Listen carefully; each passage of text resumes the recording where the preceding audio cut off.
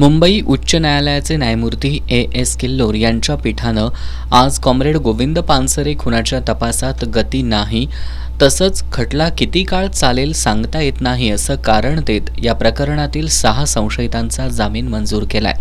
या निकालावर कॉम्रेड गोविंद पानसरे यांच्या स्नुषा डॉक्टर मेघा पानसरे यांनी प्रतिक्रिया देताना या निकालाचा या खून खटल्यातील साक्षीदार आणि एकूण कामकाजावर परिणाम होईल अशी भीती व्यक्त केली आहे। याबाबत सर्वोच्च न्यायालयात जायचे की नाही याचा वकिलांशी चर्चा करून निर्णय घेणार असल्याचंही त्यांनी माध्यमांशी बोलताना सांगितलंय।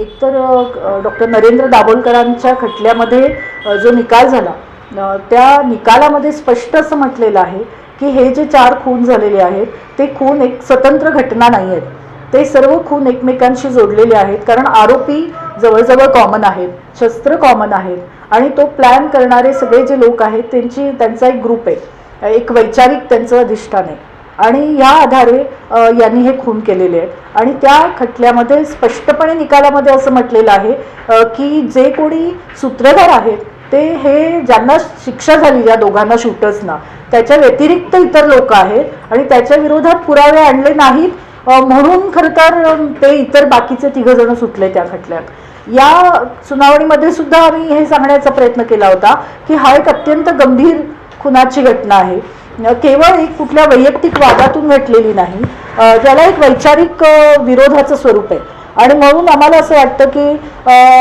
त्याचे परिणाम अनेक होऊ शकतात, साक्षीदारांच्यावर परिणाम होऊ शकतात त्याचे, हे जे आरोपी आहेत ते सुटल्याचे आणि त्याचा परिणाम खटल्यावर होऊ शकतो अशी भीती आम्हाला आहे आणि त्यामुळे आम्ही खरं तर या अशा पद्धतीने बेल देण्याच्या विरोधामध्ये आमची भूमिका मांडली होती।